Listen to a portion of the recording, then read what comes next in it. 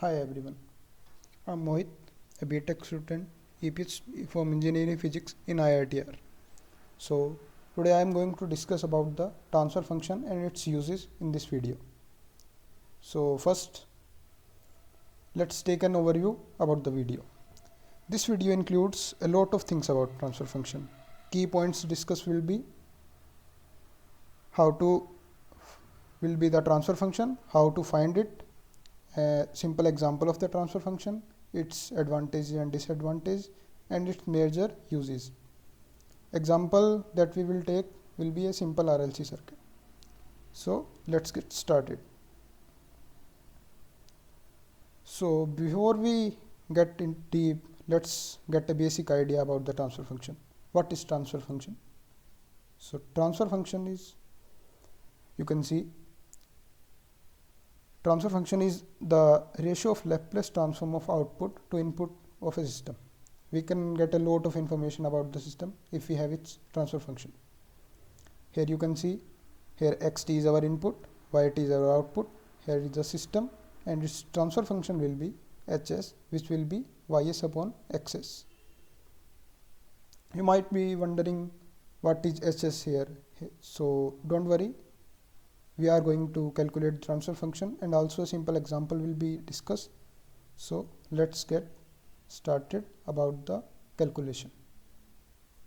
So we have the input, which is xt, and output, which is yt of our system. Now you might know how to calculate the Laplace transform of an equation. So if we take the Laplace transform of a input, which is xt, which will be xs, capital X s, and Laplace transform of our output, which is ys, which will be Laplace transform of yt. Now the transfer function will be the ratio of the Laplace transform of output to the input, which will be hs equal to ys upon xs. So you can see how simple it is to get the transfer function of a system. Now let's discuss an example about the transfer function. Here you can see it is a simple RLC circuit. Here is the voltage, which is our input. Here is I current, simple resistor, inductor, and a capacitor. We will calculate the V output across the capacitor. So here you can see Vi is the input voltage, Vo is our voltage across C, which is V output, I is the current. So if we take the Laplace transform, the transfer function will be like the Laplace transform of our output to input, ratio of output to input. So if we take the Laplace transform of output, which is Vo, which will become Vos, and input Vis. So transfer function will be Hs equal to Vos upon Vis. So I'm assuming you know about how to calculate the V output and V input here. So if we take the ratio, we will get our transfer function, which will be 1 upon RCS plus LCS square plus 1.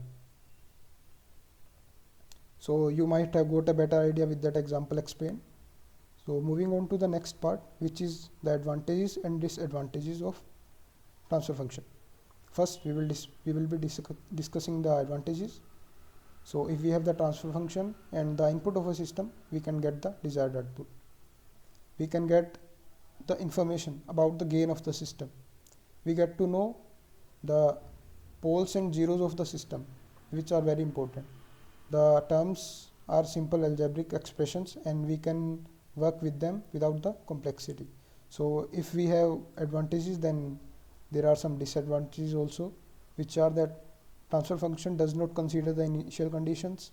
Also, it can only be defined for a linear system, which means it can be applied to the MIMO, which is multiple inputs and multiple output system.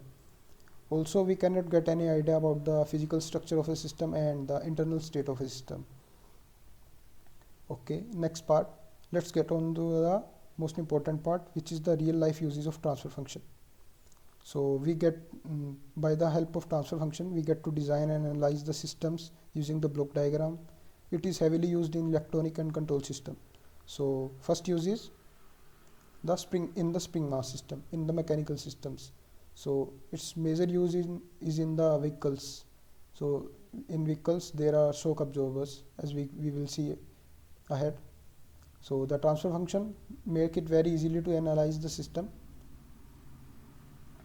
It proves very useful in the shock absorbers in vehicles. Now let's get on to the next use, which is in the signal processing field. So there are many type of signal processing filters which uses the transfer function. Some example are Butterworth filter, Bessel filter, elliptic filter, and there are many more.